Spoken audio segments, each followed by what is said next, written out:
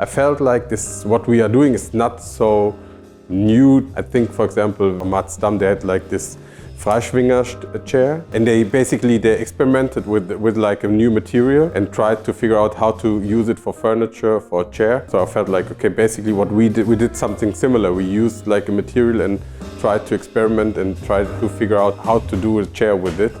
A little bit like a reinventing something, and yeah.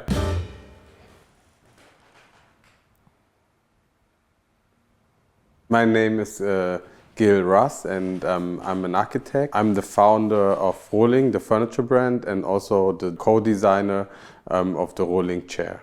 This is my studio, and yeah, we're here in Berlin, Wilmersdorf. My studio is very next to my living room, so I work here, and then like I leave my studio, and I'm directly a father of with my family and take family duties.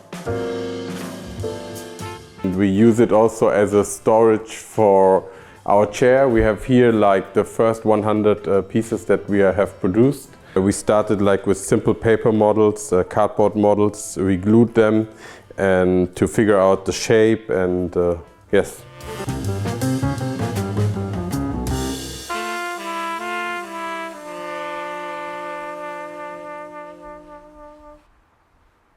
Brian and I, we've been knowing each other for like 4 years before, and then like we always like appreciate talking about design and thinking about design. It was like always a discussion or a dialogue between like an architect and a product designer to how to approach the idea of a chair. You hear me? Yes, I can hear you now. Currently in Taiwan right now. I live because I'm from here, and I just last August I came back to Taiwan after 10 years living in Berlin. We came from construction and building, and then figured out what shape makes sense. I really focused on just how we can build this thing and how we can produce this thing. That's not so to Brian. That's his Asian humility that he says, like he brought a lot to the concept. Maybe more like from a product designer's end, but I think without this input it wouldn't be the same.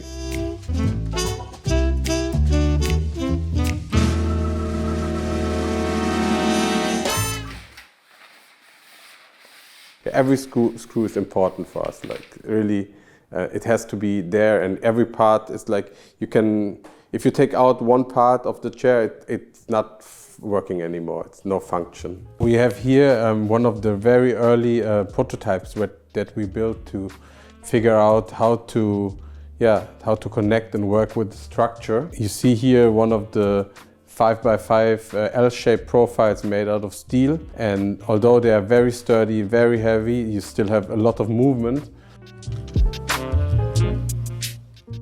We need to figure out how to connect the parts, and it was important that every part is at least connected 2 times. We had this material of aluminium in the beginning, and then we figured out, okay, if you have this flat aluminium, like almost a foil, it's 2.5 millimeters thick, and then like once you bend it, it gets like thick and the structure. With ROHLING there was the problem of the construction of a chair, so how can it be built and how can be the forces of someone sitting on something be solved. We met like every 2 weeks, 3 weeks, 4 weeks. It took us like 4 years to get like the chair. We had the final construction and design kind of solved, and then we went to the company who needs to build it, and it needs to be adapted to their building process, which took another year. I wasn't aware that it's like that difficult to make a chair. Just later on, my wife told me like chair is basically the most difficult furniture piece you can do. But we weren't aware of this. It just came up, and we were sitting together and saying, let's make a chair.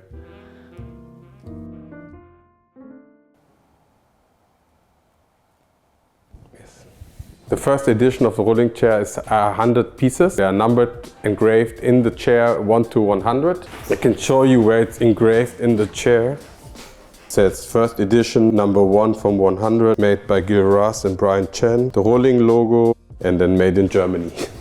We will still have pieces as an addition. It gives like a really special touch to the first parts that you produce. Also, like, it's for collectors, maybe they're super interested to say like, we have like from the first edition piece number 50.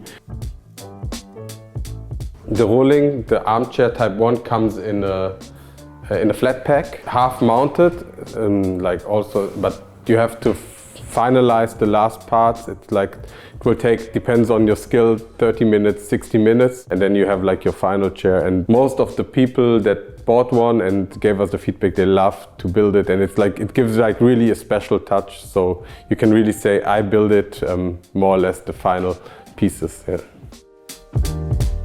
I think the bigger story will be like this smart approach of construction. It will be always very minimalistic and simple and kind of edgy. I feel like for ROHLING, someone really has to dedicate for it and say like, I love this raw structure in my house, maybe a little bit scratchy. It's not for everyone. We will definitely like to grow as a brand and work with other designers. Could be from every creative field, fashion designers, product designers, even graphic designers. We are planning to make a lounge chair, a lighting, and a table. These are really early stages of the product development, so let's see.